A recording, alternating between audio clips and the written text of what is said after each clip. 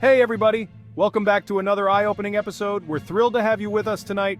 Tonight, we're diving headfirst into the murky swamp of political corruption, and no, we're not talking about Washington, D.C. for once.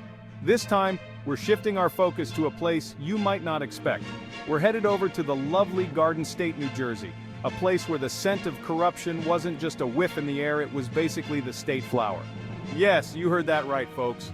For years, New Jersey had a reputation, and frankly, it wasn't a good one. The headlines were filled with scandal after scandal, painting a picture of a state deeply entrenched in corruption. Politicians operated like they were exempt from the law, using their positions to line their pockets and hand out favors like candy. It was a free-for-all, with little regard for the people they were supposed to serve.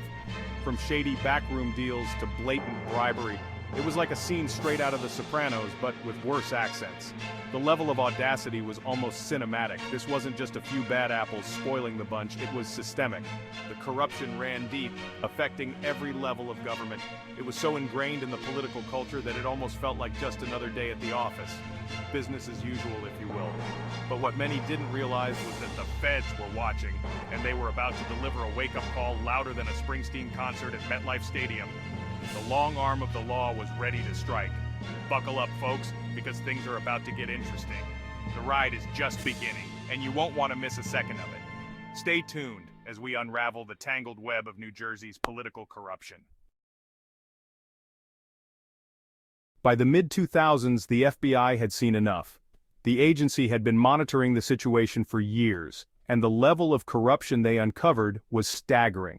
Corruption in New Jersey had reached a boiling point, with public officials and private citizens alike engaging in illicit activities that undermined the integrity of the state. And they decided it was time for a serious intervention. The FBI knew that a bold and comprehensive approach was necessary to tackle the deeply entrenched corruption. Enter Operation Sledgehammer, a massive undercover sting operation launched in 2006 that would rock New Jersey politics to its core. This operation was unlike anything the state had ever seen. The goal was simple but ambitious: dismantle the pervasive culture of corruption that had taken root in the state.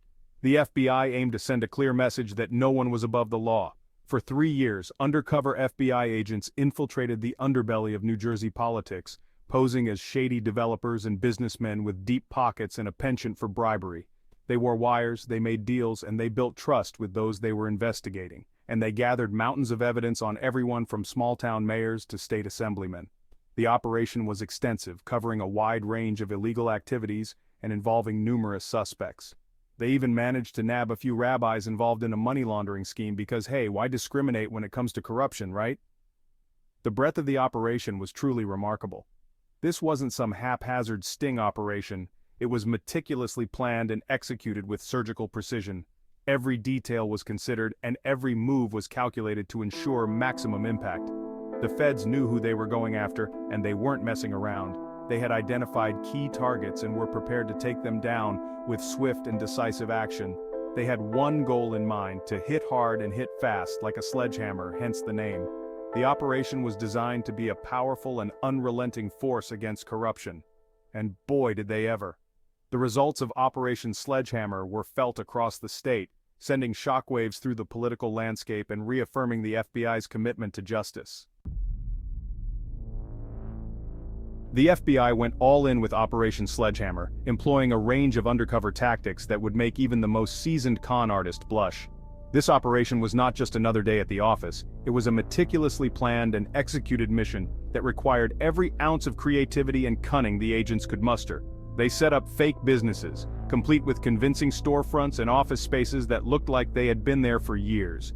These weren't just empty shells, they were fully operational, designed to lure in unsuspecting targets. The agents created elaborate backstories for their undercover identities, crafting personas that could withstand the scrutiny of even the most suspicious individuals. They had fake IDs, social media profiles, and even personal histories that were as detailed as any real person's.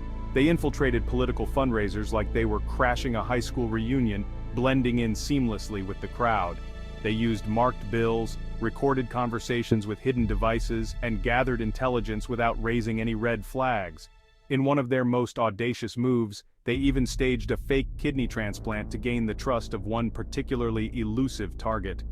This level of commitment to their roles was unparalleled.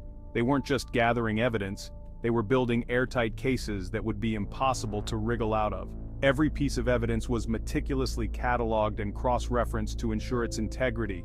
One of their most effective tactics was using cooperating witnesses, individuals who had already been caught up in the corruption net and were willing to sing like canaries in exchange for leniency.